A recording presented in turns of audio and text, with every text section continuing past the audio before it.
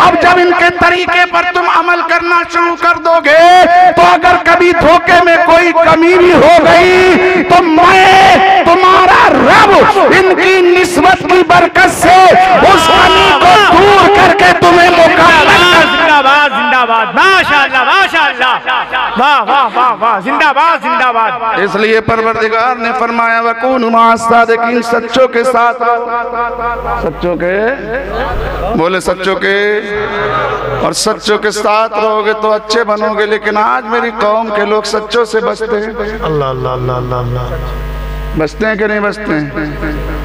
अच्छों से बचते हैं।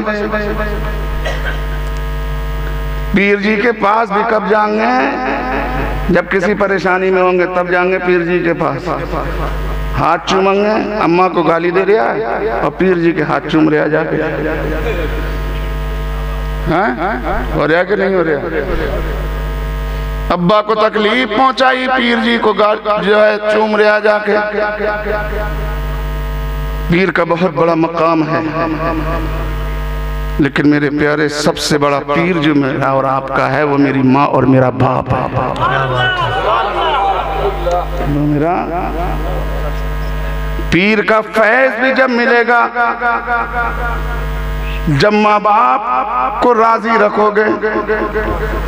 क्योंकि मेरे नबी का इरशाद है कि जो माँ बाप को अगर नाराज कर देगा मैं उससे नाराज, और जिससे मेरा नाराज उससे मेरा। बताइए, वो है माँ बाप। माँ बाप के ताल्लुक से हदीस रसूल मुझे याद आती है कि अल्लाह के रसूल सल्लल्लाहु अलैहि वसल्लम ने फरमाया कि जिसका इंतकाल इस हालत में हुआ कि जिसके माँ बाप नाराज हैं तो कल क़यामत में अल्लाह उसको कभी जन्नत अता नहीं करेगा जब तक कि उसके माँ बाप उससे राजी नहीं हो जाएगा। अल्लाह अकबर। लेकिन आज यहाँ क्या है, अम्मा अब्बा को कभी पैर भी नहीं दबाते, माँ को कभी नहीं पैर दबाए, कभी बाप के पैर नहीं दबाए, और अपने पीर के यहाँ महीना महीना भर रह करके पैर दबाए जाते हैं। पीराने इकराम बैठे हुए, बुरा मत मानना, मैं भी इसी लिस्ट में शामिल हूँ। हाँ, मेरी भी खानका है, एक अजीम खानका है। कारी आरिफ साहब जानते हैं, चूँकि हमारी खानका के करीब के रहने वाले हैं। बहुत अजीम खानका है। पीलीभीत शरीफ में शाजी मियाँ का नाम सुना है? शाजी मियाँ हुजूर को जानते हैं? उनके पीरो मुर्शिद शेख तरीका शेख कामिल हुजूर शाह सैयद अहमद अली मियाँ रहमतुल्लाह ताला अलैह, जो हमारे दादा हैं। सिलसिला कादरिया नक्शबंदिया। तो मेरे प्यारे दीनी इस्लामी भाइयों, हम भी उसी सिलसिले से ताल्लुक़ रखते हैं, हम भी हैं। लेकिन हम ये समझाना चाहते हैं पीर की खिदमत, पीर का अदब भी ज़रूरी है, लेकिन पीर के अदब से पहले अपने माँ बाप का अदब करना सीखो। अपने माँ बाप की ताज़ीम करो, इसलिए कि कोई भी वली जब बना जब उसने अपने माँ बाप को राज़ी किया। वली बनाने में, अल्लाह का कुर्ब दिलाने में माँ बाप का बड़ा किरदार रहता है। माँ बाप की रज़ा जरूरी है। अज़ीज़ान मिल्लत इस्लामिया हज़रत बायज़ीद बुस्तामी रहमतुल्लाह ताला अलैह, जो अल्लाह के इतने मुक़द्दस बंदे, एक मर्तबा आप अपने मुरीदों के दरमियान में थे, ज़बान से निकल गया कि मैं ही खुदा। क्या निकला? मैं ही खुदा हूँ, मुझे खुदा को। मुरीदों ने कहा, जब होश में आया, कहा शेख ये क्या मामला था? आप कह रहे थे कि मैं ये खुदा। तो आप फरमाते हैं, अच्छा ऐसा कहा? तो सुनो, अगर मैं इस हालत में हूँ और मेरी जबान से ये कलमा निकले तो मेरी गर्दन तलवार से मार देना। क्या करना? तलवार से मेरी जो डंडा हाथ में हो, तुम चारों तरफ से डंडे लेकर के बैठ जाना। जैसे ही कहूँ मैं खुदा, फौरन मुझे मारने लगने। मुरीद चारों तरफ से घिरे हुए। वो वक्त आया जब हजरत शेख बायज़ीद बुस्तामी रहमतुल्लाह ताला अलैह ने कहा, मैं ये खुदा। एक ने तलवार ली, गर्दन पे मार दी। जैसे ही गर्दन पे मारी, पता चला उनकी तो नहीं कटी, उनकी खुद जख्मी हो गए। जितने थे सब ने डंडे मारना शुरू कर दिए। पता चला डंडे मार किसी के रहते, पढ़ किसी के रहते, पढ़ किसी के रहते। और जब होश में आए शेख देखा तो सारे मुरीद टेढ़े बेड़े, सबकी हालत खस्ता, सबके सब इधर उधर बिखरे पड़े। बमुश्किल तमाम सबको दुरुस्त किया, इरशाद फरमाया क्या मामला है? का हुजूर आपने फिर कहा था। का मैंने वो तो चलो समझ लिया, मैंने कहा था, लेकिन तुम्हारी ये हालत कैसे हुई? तो मुरीद कहने लगे हुजूर आप ही का इरशाद था कि जब मैं ये कहूँ तो हमें मारना, लेकिन मामला उल्टा हो गया। मार तुम्हें रहते, चोट हमें लग रही थी, चोट हमें लग रही थी। शेख फरमाते हैं तुम्हें क्या मालूम, जब ये कलमा बोलता हूँ मैं तो ये जबान मेरी नहीं होती। अब जबान क्यों नहीं होती? तो हदीस कुदसी है कि अल्लाह फरमाता है कि जो बंदा मेरा हो जाता है मैं उसका सब कुछ हो जाता हूँ।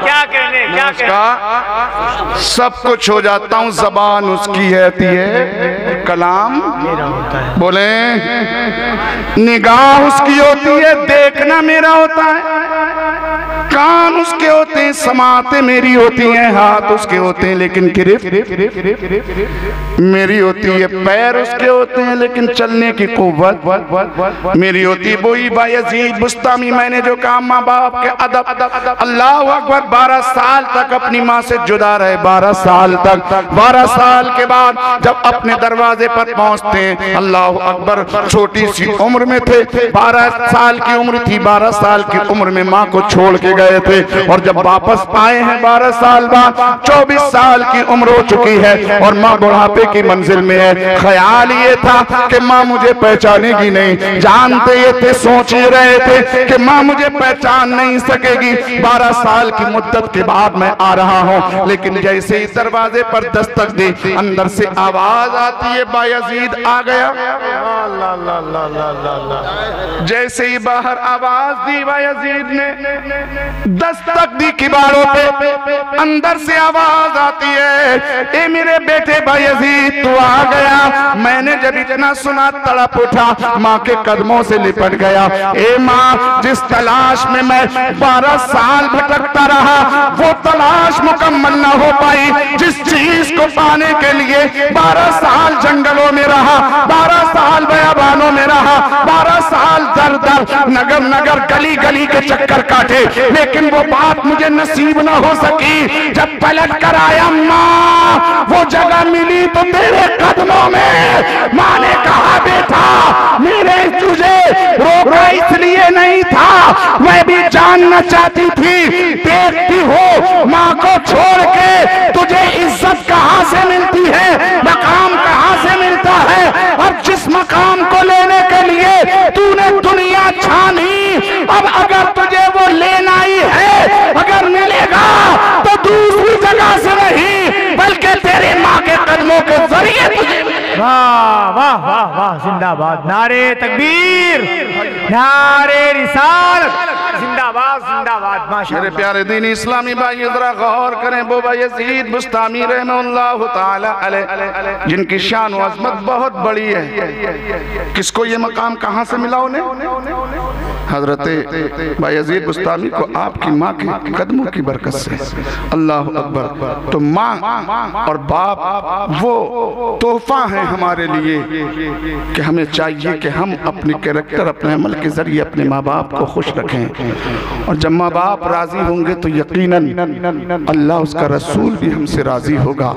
ये लोगों, अल्लाह वालों की बारगाह से हमें यही पैगाम मिलता है, यही दर्स मिलता है। ये मेरी कौम के लोगों, इनकी शान व अज़मत बहुत अरफा वाला है, मैं और आप समझ नहीं सकते। मैं और आप क्या दुनिया का बड़े से बड़ा आलिम भी इनके मकाम को नहीं जान सकता, बड़े से बड़ा मुफक्किर, मुहद्दिस, मुदब्बिर इनकी शान व अज़मत को नहीं जान सकता। जब हम नहीं जान सकते तो आम मुसलमान कैसे इनकी शान व अज़मत को जान सकते हैं? जब आम मुसलमान नहीं जान सकते तो गैर मज़हब वाले इनके मकाम को क्या समझ सकते हैं? कोई इनके मकाम को क्या जान सकता है? अरे गैर तो गैर है, फरिश्ते भी इनके मकाम को नहीं जान सकते। क्यों नहीं जान सकते? ये कोई लफ्ज़ी में बात नहीं कर रहा। आओ, हदीस कुदसी है, मेरे आका जाने रहमत सल्लल्लाहु ताला अलैहि वसल्लम इरशाद फरमाते हैं कि अल्लाह फरमाता है औलिया तहत क़िबाई, अल्लाह का अल्लाह परवरदिगार आलम का इरशाद आलीशान है कि मेरे तमाम औलिया, मेरे तमाम मुत्तकी बंदे, मेरे नेकोकार बुजुर्ग बंदे मेरी रहमत की चादर में छुपे हुए हैं। उन्हें मैंने अपनी चादर में छुपा लिया है, अपनी चादर रहमत में उन्हें ढांप लिया है। क्यों ढांपा है? अल्लाहु अकबर ला यारिफुहुम गैरी। अब अगर कोई चाहे कि हम उनके मकाम को जान लें, उनकी शान और अजमत को पहचान लें, तो अल्लाह के अलावा उनकी शान और अजमत कोई नहीं पहचान सकता कि मैंने अपने महबूबों को क्या शान अता की है, क्या अजमत अता की है, क्या मकाम और मनसब अता किया है। अब यहाँ एक जुमला देना चाहता हूँ, अल्लाहु अकबर। जब अल्लाह के नेक बंदे जो नबी के सदक़े, जिनको अल्लाह ने इज्जतें बख्शी हो, नबी के कदमों की बरकत से जिनको अल्लाह ने वलायत अता की हो, नबी के कदमों की बरकत से जिनको अल्लाह ने इज्जतें दी हो, नबी के कदमों की बरकत से अल्लाह ने जिन्हें रिफतें और बुलंदियां दी हो, जिन्हें करामतें अता की हो, अज़ीज़ान मिल्लत इस्लामिया, जब उनका मकाम कोई दुनियादार नहीं समझ सकता, तो मदीने के ताजदार का मकाम कौन समझ सकता है, कौन जान सकता है? आज जो इस जमीन के पर्दे पर कुछ नपये नापते फिर रहे हैं कि नबी का इल्म इतना है, वो इतना जानते हैं, इतना जानते हैं, इतना जानते हैं। अरे अकल के अंदर सुनो, हदीस कुदसी से दर्स लेना चाहिए। जब रब ने फरमा दिया कि कोई भी इंसान मेरे वली को नहीं जान सकता मेरे अलावा, तो जब उसके वली को हम उसके अलावा नहीं समझ सकते, तो उसके नबी को कैसे समझ सकते हैं? सुभान अल्लाह, क्या बात है, क्या बात है, हक है, हक है। उसके नबी को हम कैसे समझ सकते हैं? इसलिए मेरे प्यारे दीनी इस्लामी भाइयों, हमें इसमें नहीं पढ़ना चाहिए कि अल्लाह ने इनको क्या दिया है, क्या शान दी है। हमें तो सिर्फ इतना हुक्म अल्लाह ने दिया है, या अय्युहल्लज़ीना आमनू अतीउल्लाह व अतीउर रसूल व उलिल अम्रि मिनकुम। अल्लाह ने कुरान में फरमा दिया, ए ईमान वालों, अल्लाह का हुक्म मानो, अल्लाह की इताअत करो, व अतीउर रसूल, और उसके रसूल की इताअत करो, उसके रसूल का हुक्म मानो। और सिर्फ अल्लाह उसके रसूल का हुक्म मत मानो, बल्कि इन दोनों के साथ साथ अल्लाह ने तीसरा भी फरमाया, व उलिल अम्रि मिनकुम, और मेरे नेक बंदों का हुक्म मानो, अम्र वालों के इरशादात को मानो, सालिहीन के इरशादात पर अमल करो। क्या मतलब? अल्लाह के जो नेक बंदे हैं, जिनका जिक्र कुरान में आया, वकूनु मअस-सादिकीन, सच्चों के साथ हो जाओ, तो इसकी तफसीर इस आयत से ले लीजिए। अल्लाह ने फरमाया, व उलिल अम्रि मिनकुम, कि अम्र वालों का हुक्म मानो, यानी कि नेक बंदों के इरशादात पर अमल करो। जैसे उन्होंने तुम्हारे सामने कहा, उनके कहे पर अमल करो। जैसे उन्होंने जिंदगी गुजारी, उस तरीके पर अमल करो। जैसे उन्होंने करने के लिए कहा, उस किए पर अमल करो। जैसे उनके कौलो फेल हमने देखे, उनके अक़वाल हमने सुने, और उनके किए को हमने देखा, उस पर अमल करते हुए जब हम अपनी जिंदगी गुजारेंगे, तो कसम खुदा की, हजरत इमाम शाह दाता रहमतुल्लाह ताला अलैह का फैज़, आप रीबा के मुसलमानों अपनी निगाहों से चलते फिरते देखते नजर आओगे। हर कदम पर आपको इनकी हिमायत नजर आएगी, इनकी मदद आपके हर कदम पर आपको नजर आएगी, इनका फैज़ आपको कदम कदम पर मिलता नजर आएगा। किसकी वजह से? इसलिए कि हम इनके नाम को नहीं मानते, बल्कि इनके मानने के साथ साथ इनकी बातों पर भी अमल कर रहे हैं। सिर्फ इनको नहीं मान रहे हैं, बल्कि इनको मानने के साथ इन्होंने जो किया है, इन्होंने जो कहा है, उस पर भी अमल करते हुए नजर आ रहे हैं। अगर आप फैज़े आरिज़े मिल्लत लेना चाहते हो, तो सिर्फ इनके नाम से मोहब्बत मत करो, बल्कि इनका चेहरा जो बोल रहा है, इस चेहरे से भी मोहब्बत करो। और चेहरे से मोहब्बत करने का अंदाज क्या होना चाहिए कि मैंने इनके हाथ में हाथ दिया है, तो इन्होंने आपको हाथ में हाथ लेने से पहले ये भी कहा होगा कि मैं अल्लाह अकबर, कि मैं अब आज से तौबा करता हूँ कि दाढ़ी मुड़ाऊंगा नहीं, बल्कि नबी की सुन्नत पर अमल करके चेहरे पर दाढ़ी रखूंगा। बताइए कितने मुरीद हैं जिन्होंने इनकी इस बात पर अमल किया है, जो इनके हाथ पर बैत है। या अल्लाह अल्लाह, सूफी वासफा हजरत जो है सरताज मिल्लत की बारगाह में अगर आप हाजिर हुए होंगे, तो उन्होंने ये वादा आपसे लिया होगा कि नमाजों की पाबंदी करूंगा। बताइए इनके हाथ पर हाथ दे करके इनसे वाबस्ता होने वालों, कितनों ने ये वादा पूरा किया है और मस्जिदों को आबाद किया है, कितनों ने ये वादा पूरा किया है कि गुनाहों से तौबा करके नेकियों की तरफ खुद चले हो और नेकियों की दावत दी है। आप कहोगे जनाबे वाला वादा तो कर लिया है लेकिन अमल आज तक नहीं किया, तो मैं कहूंगा जनाब यही वजह है कि आपको हजरत इमाम शाह दाता का फैज इनके जरिए से आपको नहीं मिल रहा है, हजरत रियाज मिल्लत का फैज आपको नहीं मिल पा रहा है। क्यों? इसलिए कि आपने इनके हाथ पर जो वादा किया था उसकी आप वादा खिलाफी कर रहे हो। जिस दिन मेरी कौम के नौजवान, मेरी कौम के लोग अपने पीर के हाथ पर जो हाथ देते वक्त वादा किया था, जिस दिन उस वादे को मुकम्मल तौर से निभाना शुरू कर देंगे, कसम खुदा की हर पीर का, हर वली का, हर नबी का, हर शहीद का, हर सहाबा का, आशिके रसूल का तुम्हें फैज मिलना शुरू हो जाएगा। नारे तकबीर, नारे रिसालत, मसलके आला हजरत, फैजाने आला हजरत, उलमाए अहले सुन्नत, नारे तकबीर, नारे रिसालत। तो बात लंबी होती चली जा रही, वक्त बहुत हो गया, 3 बजने वाले, बात मुकम्मल कर दूं, बात मैं मुकम्मल कर दूं ताकि इंशाअल्लाह और कभी गुफ्तगू की जाएगी और कभी इंशाअल्लाह ताला मुलाकात होगी। लेकिन मेरी तकरीर का महासल सिर्फ यही है कि हम जिन अल्लाह वालों से निस्बत रखते हैं, हमारी जिम्मेदारी है कि उस निस्बत को उजागर करें, उसको जाहिर करें, उसको, और जब तक जाहिर नहीं करोगे तो पता ही नहीं चलेगा। मध्य प्रदेश इधर रीवा की सरजमीन पर पहली मरतबा आया हूँ, वरना मुरैना सेट में तो अक्सर व बेशतर साल में 10, 12, 15 चक्कर हो जाते हैं। वहाँ पर हालात ऐसे हैं क्या बताऊँ कि कभी कभी एहसास होता है, पता ही नहीं चलता कि मध्य प्रदेश की सरजमीन पर कि मुसलमान कितने हैं, मुसलमान है कौन, मुसलमान है कौन। जिस साल हमारी फरागत दर्जे हिफ्ज़ से हुई थी तो उस साल हम गए थे सुनाने के लिए मुरैना ज़िले के पास में सबलगढ़ कैलारस तहसील पड़ती है, वहाँ सुनाने के लिए गए। तो जो हमारे दोस्त थे हाफिज साहब वहाँ के साथ में पढ़ते थे, उन्हीं के ज़रिए जहाँ मस्जिद में सुनाने के लिए गए तो यहाँ पहुँचे, पता ही नहीं चल रहा था कि मुसलमान कौन है और हिंदू कौन है।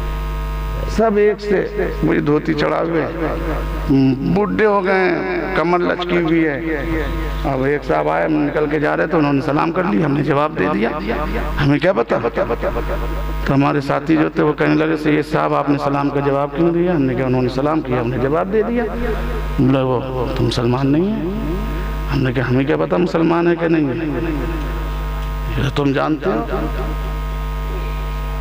अब लोग कहते हैं कि साहब हमारे ऊपर जुल्म हो रहा है, हमारी सुनी नहीं जा रही है, सुनी नहीं जा रही है, अल्लाह की बारगाह में भी नहीं सुनी जा रही है, औलिया अल्लाह भी नहीं सुन रहे हैं। सुनने की हकीकत क्या है, सुन क्यों नहीं रहे, इनके बारगाह में सुनी क्यों नहीं जा रही है। वो वाक़या जो मैंने पेश किया था हलाकू का, वो वजह यही है कि जब हम अल्लाह की मानेंगे, उसके नेक बंदों की मानेंगे, तब वो हमारी मानेगा, तब वो हमारी मानेगा। वरना ये अल्लाह वाले तो एक इशारे में दुनिया को पलट के रख दें, एक इशारे में